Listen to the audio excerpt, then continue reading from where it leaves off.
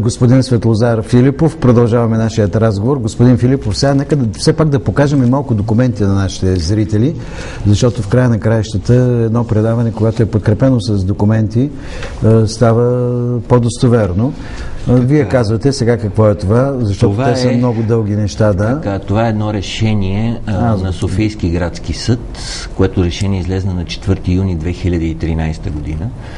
И може би да продължиме това, че липсва българщина, както и вашата зрителка каза преди малко. Съдия Николай Марков след един 10 годишен престой на това дело. Значи това дело е 1659 от описа на Софийски градски съд 2003 година. 2003.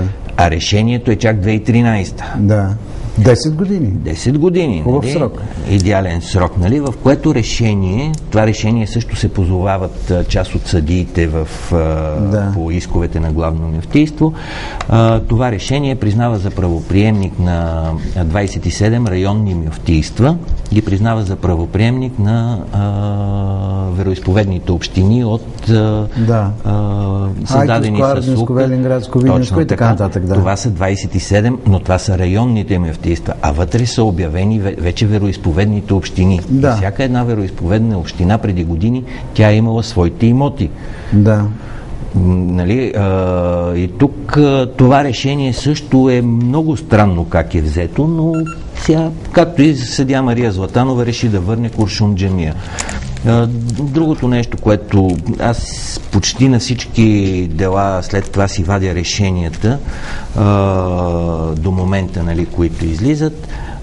Пак искам да благодаря. Има български съдии, които са с много родолюбиво чувство и вникват в целия проблем.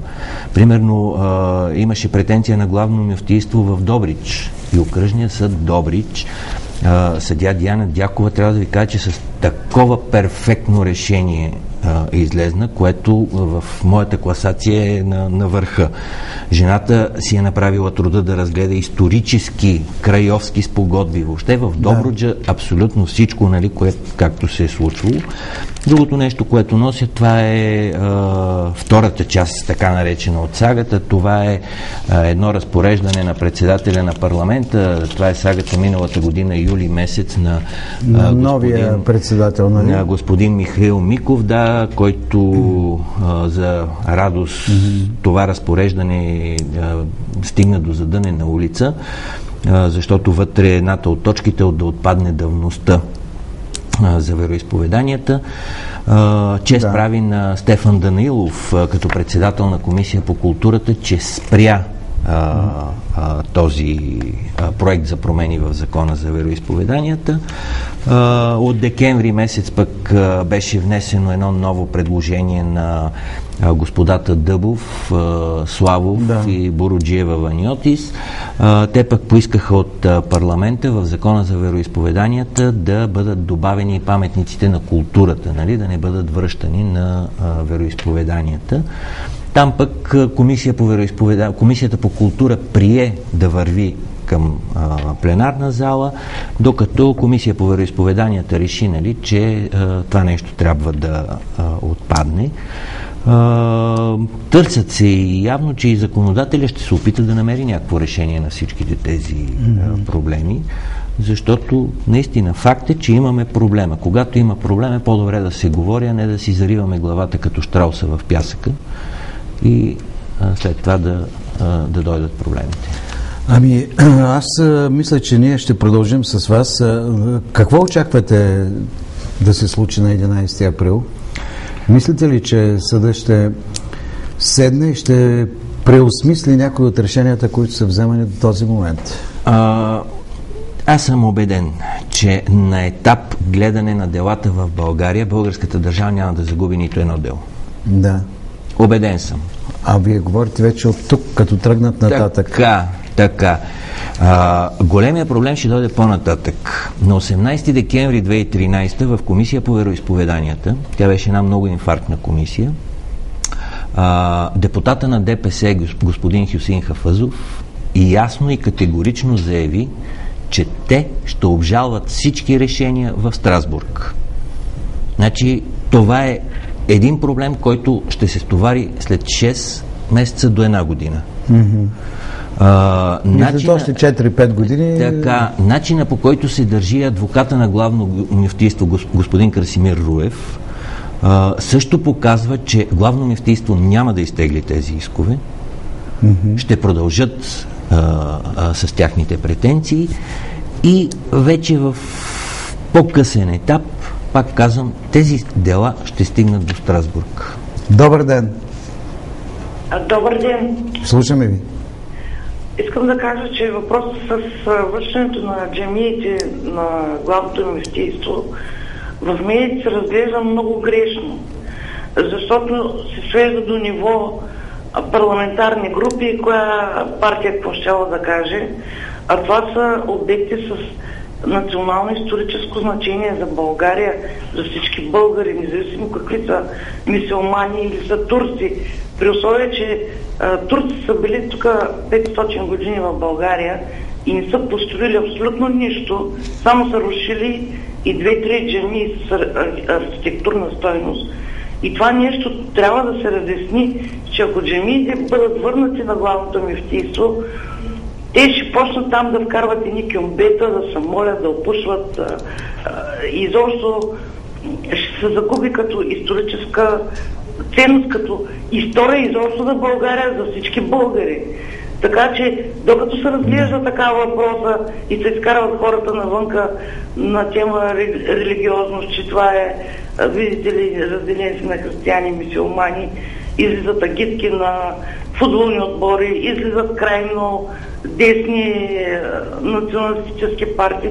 Няма да се разреши. Трябва самите ни българи, които носим български паспорт, да разберем, че тези джамии трябва да останат под шапката на държавата, на културата, за да бъдат запазени.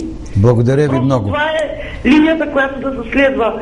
А ние там какво казал, Лютви Местан, и пак са. Това е политическа. Това е някакъв абсурд. Ще ви кажа, била съм във Виена.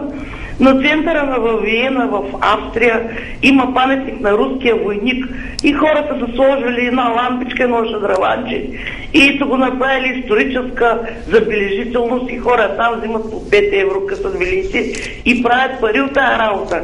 А ни само рушим и се дърлим на религиозна и политическа основа. Така е. Благодаря ви, да. Тая политика да се изкарва народа от тая гледна точка.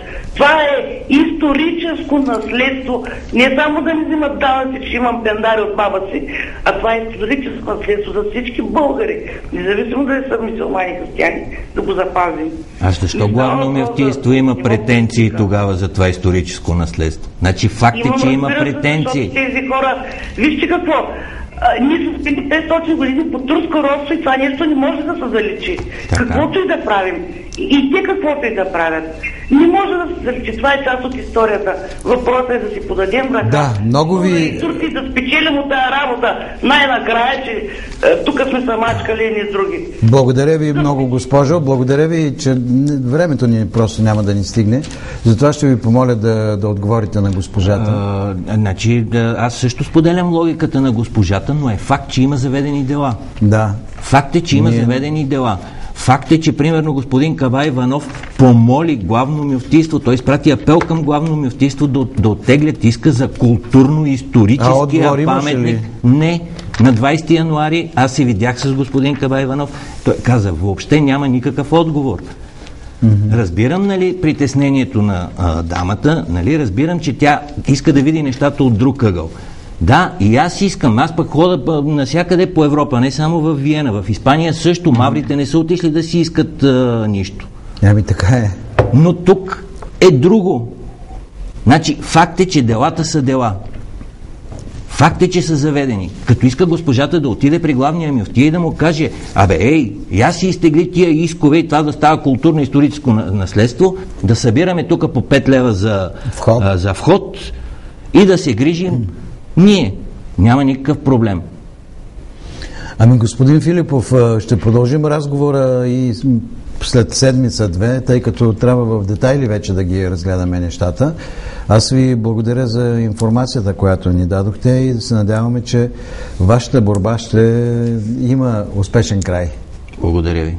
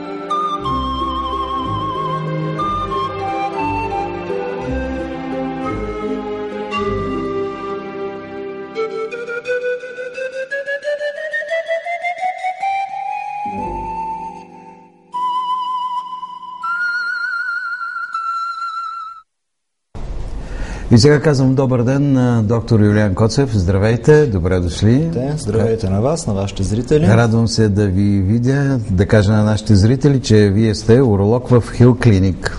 Точно така.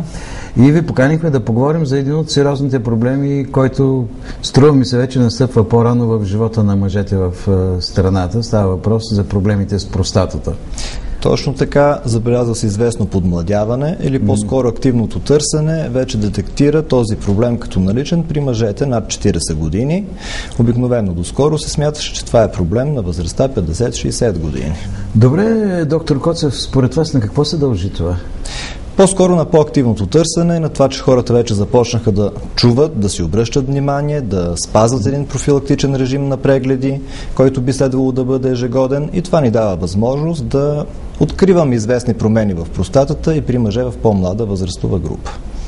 Когато започнат промените, в какво се изразяват? Как можем ние да усетим, че имаме някакъв проблем? Не вече в напреднали стадии, но първите симптоми, които трябва да ни дадат сигнал и да светне червената лампичка да дойдем при вас, примерно. Първите симптоми, които обикновено мъжът оценява, това са промени в самият начин на уриниране. Било уринирането до момента нормално, обикновено се регистрира една по-слаба струя, едно по-продължително уриниране, започва ставане нощно време, може да има парене, може да има и друг дискомфорт. Една част от мъжете обаче го отдават това на възрастта и обикновено те идват в едни доста късни етапи, когато нещата са по-напреднали, вече са поразени, примерно и пикочният мехур и бъбреците, докато друга част от мъжете... до момента, в който човек не може и да се контролира даже. Точно така, има и такива моменти и такива мъже, които понякога изпускат нещата. Пак подчертавам, поради факта, че изхождат от тази логика, че това е свързано с възрастта и че няма начин всеки мъж, всеки негов приятел има подобни проблеми.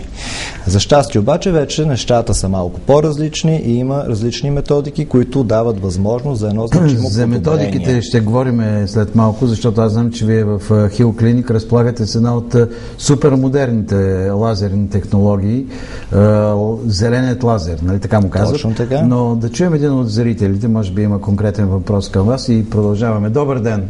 Ало, добър ден, господин Колев. Слушам ви. Станимир Гелемачев от Ивайловград. Въпрос към вашия гост.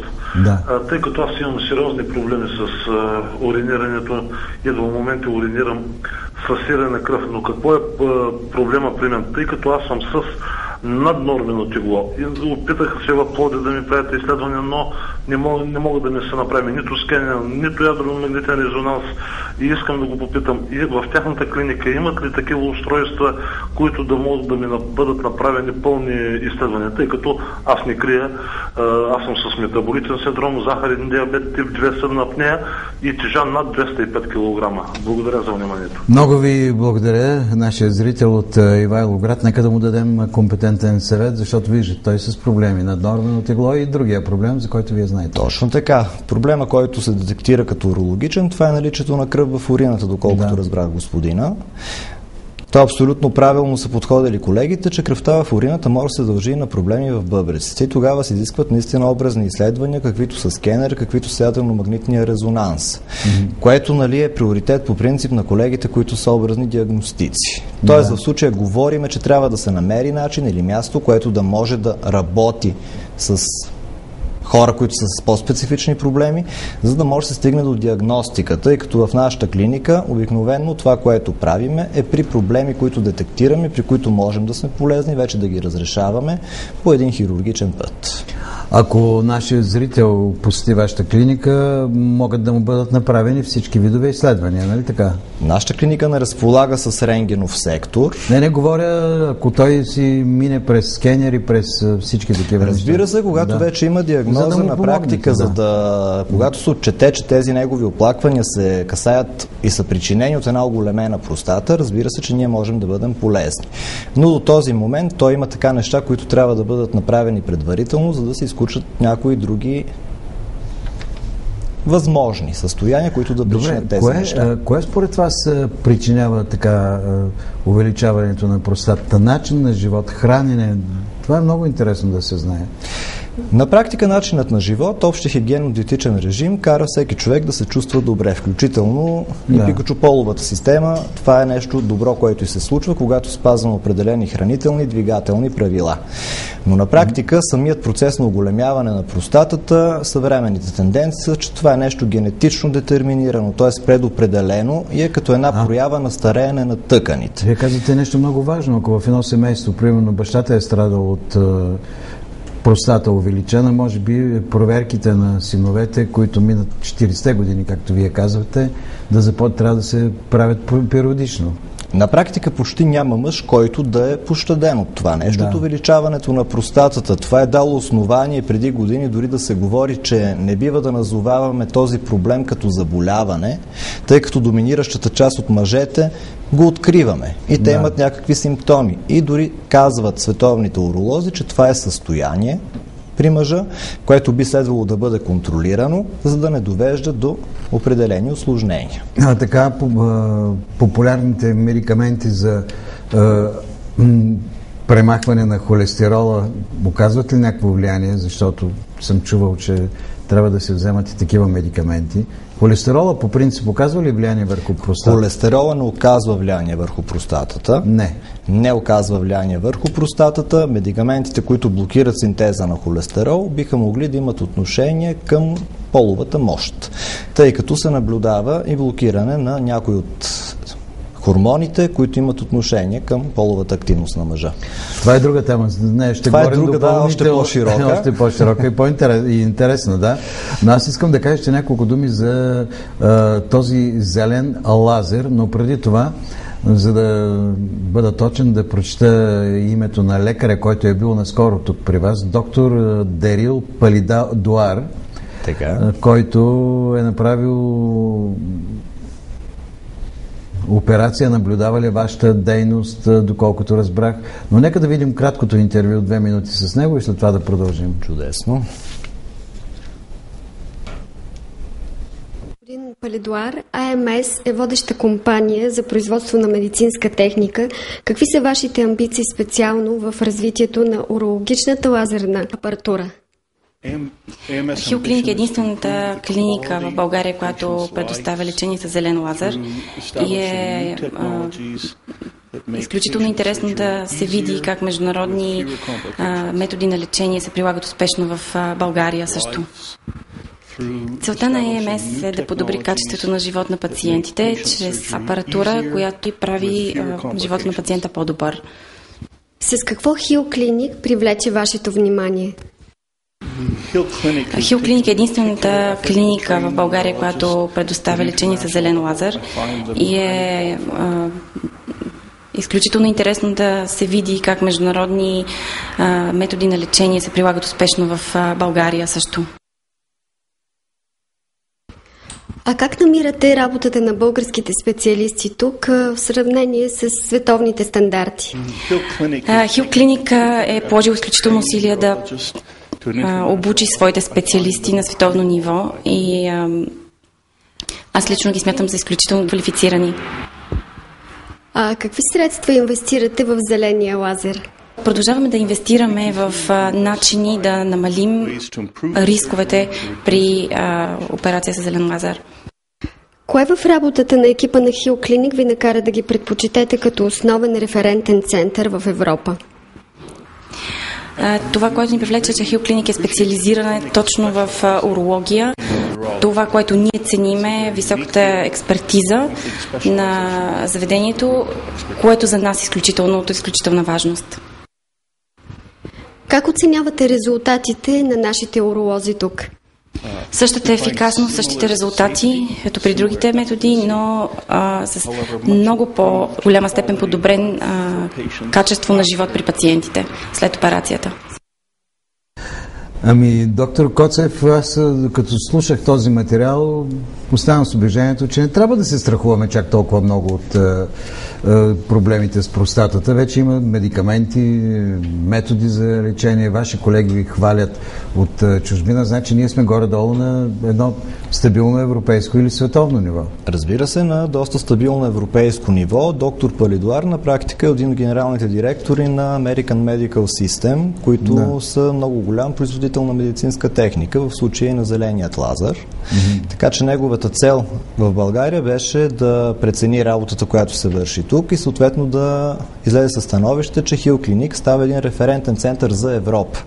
Нали, тук не говорим за България, за източна Европа, за цяла Европа, което разбира се е едно много сериозно признание за дейността, която ние извършваме в тази клиника. Естествено, няма защо човек да се страхува, когато има определен проблем, да захванем първата част. Това е нещо неприятно, нещо, през което на част от мъжете им се налага да преминат. Въпросът е, че наистина вече съвременната медицина дава варианти, които са максимално щадящи, но успоредно с това и ефективни, за да може мъжа, дори в една малко по-висока възрастова група, да се чувства добре, да се чувства пълноценно и да има така едно подобрение. Да, нека не забравяме, че е много важна и профилактиката. В края на краищата ние българите малко не обичаме тази дума и сякаш в последните години вече се повиши тази чуваемост на мъжете, че е хубаво да вложат едни 20 минути веднъж в годината, особено когато са в една възрастова група над 50 години. Как няма, вие излъчвате реклами с такива послания, че човек да се замисли сериозно. Значи рекламите постигат целта си очевидно. Естествено, да. Да, тъй като тук ние говорим най-вече за доброкачественият вариант на оголемяване на простатата, но за съжаление има и други състояния, които могат... За тях да чуем още един въпрос, защото аз държа да дадем повече възможност на зрителите.